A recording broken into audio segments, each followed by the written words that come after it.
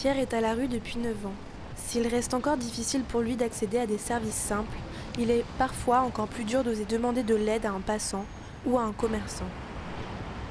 J'aime pas demander. Moi, on me donne, je prends, ça dépend ce qu'on me donne, mais je prends tout. Et vous pensez que les commerçants, ils le prendraient mal si vous rentrez? Oui et non. Oui et non? On m'apporte, je prends, on m'apporte pas, je prends pas. Je sais pas chez les commerçants. C'est justement dans le but d'aider des personnes sans domicile fixe à pousser les portes des commerçants de proximité que l'association Le Carillon a vu le jour en 2014. Elle cherche à recréer du lien social à l'échelle d'une ville et mettre en contact les commerçants d'un quartier et les SDF à la recherche de services simples. Elle est déjà présente dans 6 villes de France, dont la ville de Lille.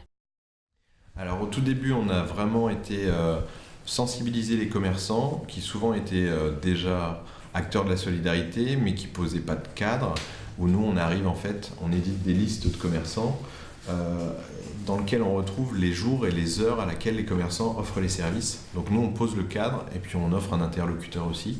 Les personnes peuvent venir à notre rencontre, on leur distribue les listes, on leur explique le fonctionnement. Et puis on fait aussi des sensibilisations de rue où nos bénévoles dans leur quotidien peuvent aussi parler de ce réseau de solidarité. Les commerçants du réseau peuvent proposer des services gratuits et accessibles à tous, comme c'est le cas de ce photographe. Ils m'ont demandé ce qu'il fallait faire, qu'est-ce que je pouvais faire par rapport à leur demande. Des photos d'identité, je dis il n'y a pas de souci, les photos d'identité, pour nous ça va quoi. Là la personne qui est venue, ça s'est très bien passé. Il m'a dit tout de suite qu'il venait de l'association du Carillon, je l'ai accueilli, très bien.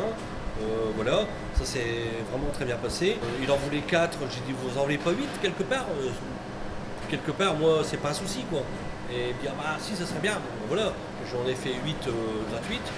Mais les commerçants peuvent également proposer des produits en attente, accessibles sous présentation d'un bon.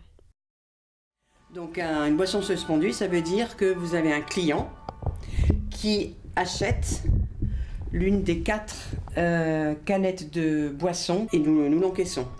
Et à ce moment-là, nous prenons donc un ticket qui est un petit bon qui va être remis ultérieurement aux personnes sans abri, qui est un bon pour une boisson. Tous les tickets qui sont ici, ce sont des boissons disponibles pour les personnes de la rue.